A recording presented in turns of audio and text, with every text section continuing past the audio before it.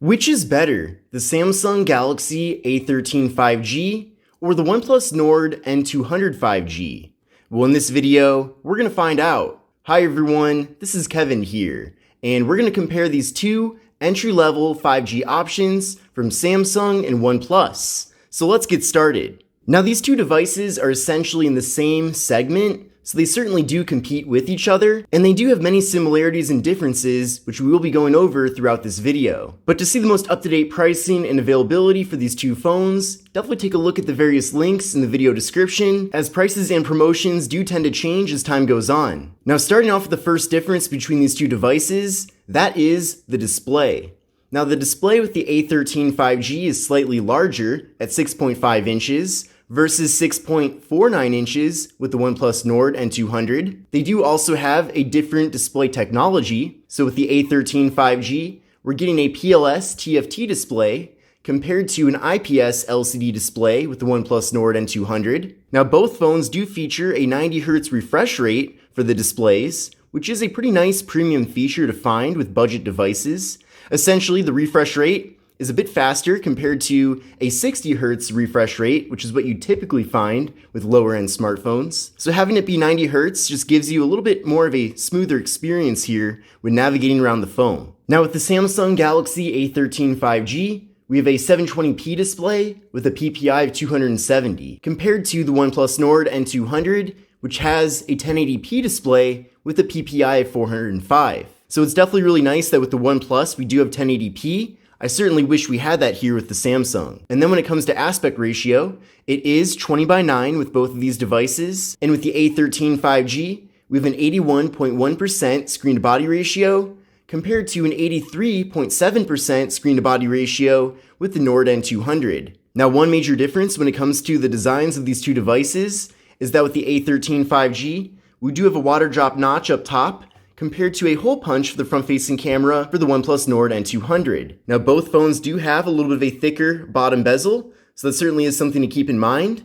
But in general, I think I do prefer the setup here that OnePlus gives us, as I certainly do like having that hole punch for the front camera compared to the water drop notch. Now as far as the resolutions of the front-facing cameras go, with the Galaxy A13 5G, we have a 5 megapixel camera compared to a 16 megapixel front-facing camera with the Nord N200. Now internally, both of these devices do feature 64 gigabytes of storage, along with microSD card expansion. So it is really nice to see that lower-end Android phones are starting to have 64 gigs of storage as the default, as honestly at this point in 2022, 32 gigs is simply not enough. So I'm glad that we have that much internal storage here, and then to make things even better, we do have microSD card expansion, which allows us to offload photos and videos, for example. Now there is no wireless charging with either of these two phones, but they do both have a fingerprint sensor on the power button. So let's give that a try right now with each of the devices. So starting off with the A13 5G.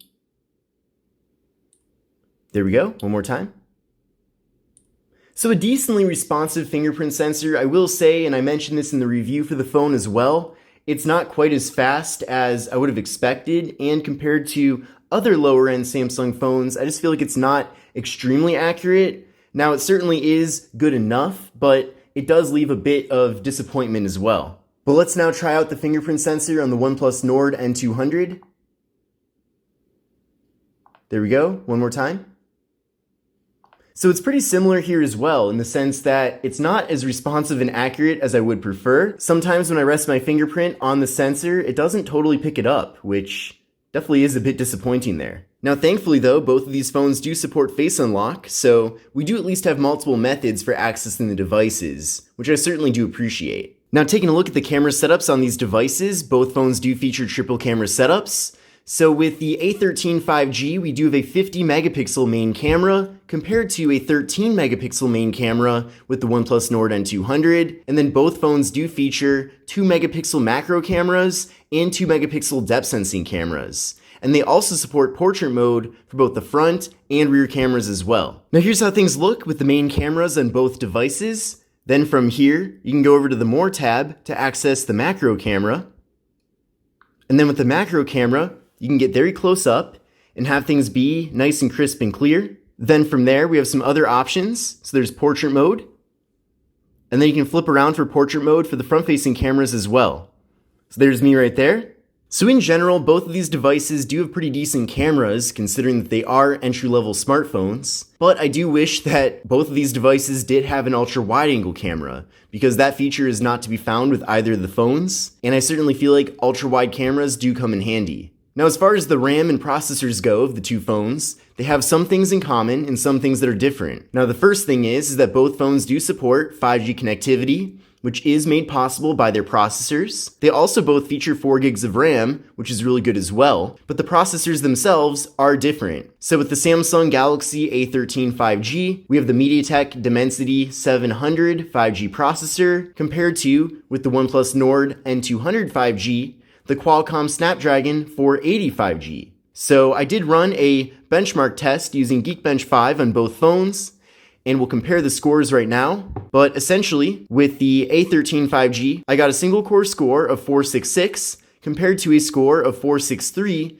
with the Nord N200. And then with the Samsung, I got a multi-core score of 1113 compared to a multi-core score of 1584 with the OnePlus. So in general, these scores are pretty similar, but it does seem like the OnePlus Nord overall does do a better job, hence its higher multi-core score. But what I recommend doing is running this test on your current phone and then compare your scores to these scores to get a better idea of whether or not either of these phones are going to be a performance upgrade for you. But the good thing is that with both of these devices, we have good enough performance that these phones will get the job done for most people as long as you're doing the typical smartphone tasks. So if you are doing phone calls, text messages, light to moderate social media usage, and web browsing, then these phones will be totally fine for you. But if you are someone who is constantly on your phone, maybe it's essentially an extension of your life, then I probably would go for something a bit more premium compared to these devices. But for what they are, I feel like they do offer quite a bit of value here.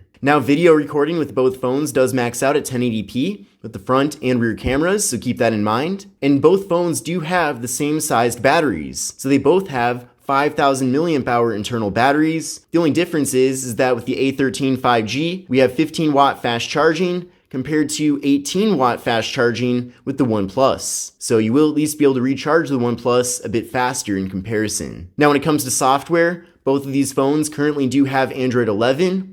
Originally, with the Nord N200, it had Android 10, but the phone has since been updated. And the software experience certainly is a bit different as well, as both companies do feature their skins on top of Android. With the OnePlus, the overall user interface is a bit more similar to stock Android compared to what Samsung gives us. But in general, I'm pretty happy with the software in both phones in the sense that it is nice and refined, and things really don't seem buggy with either of these devices, which is certainly great. Another benefit of these two phones as well is that they both do support NFC. So if you do like to make mobile contactless payments, then you will be able to do that here with either of these two phones.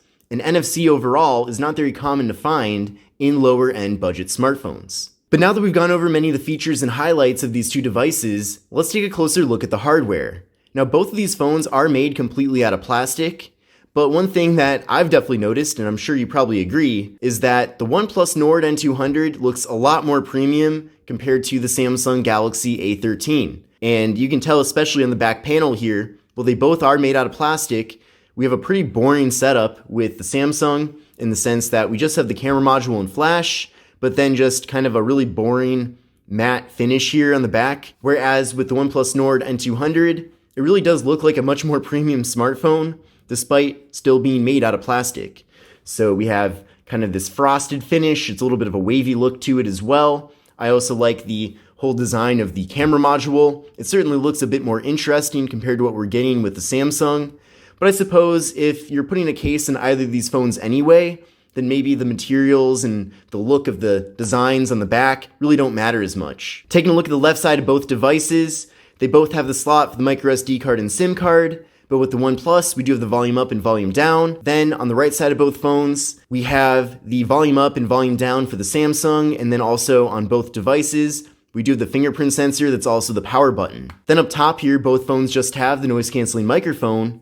And then on the bottom of both devices, we have the 3.5mm headphone jack, microphone, USB-C port for charging and data transfer, and we have the speaker. And then I already talked about the back of both devices, but essentially we have the camera module and the logos for the two brands. So in conclusion, in many ways, these two devices are very similar. I personally would probably go for the OnePlus Nord N200 over the A13 5G, and the reason for that is because I like the display a lot more in this device.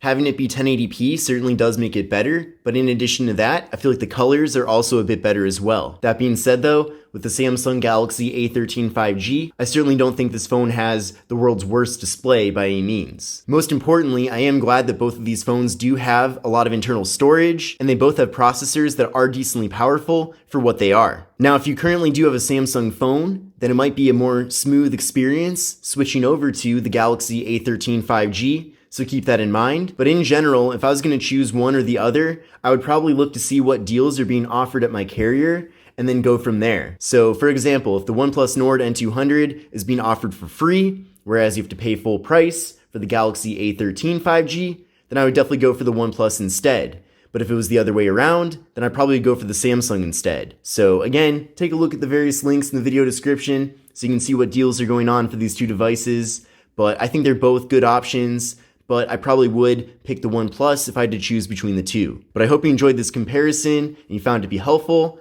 Give the video a thumbs up if you liked it. But this is Kevin here, and I will see you in the next one.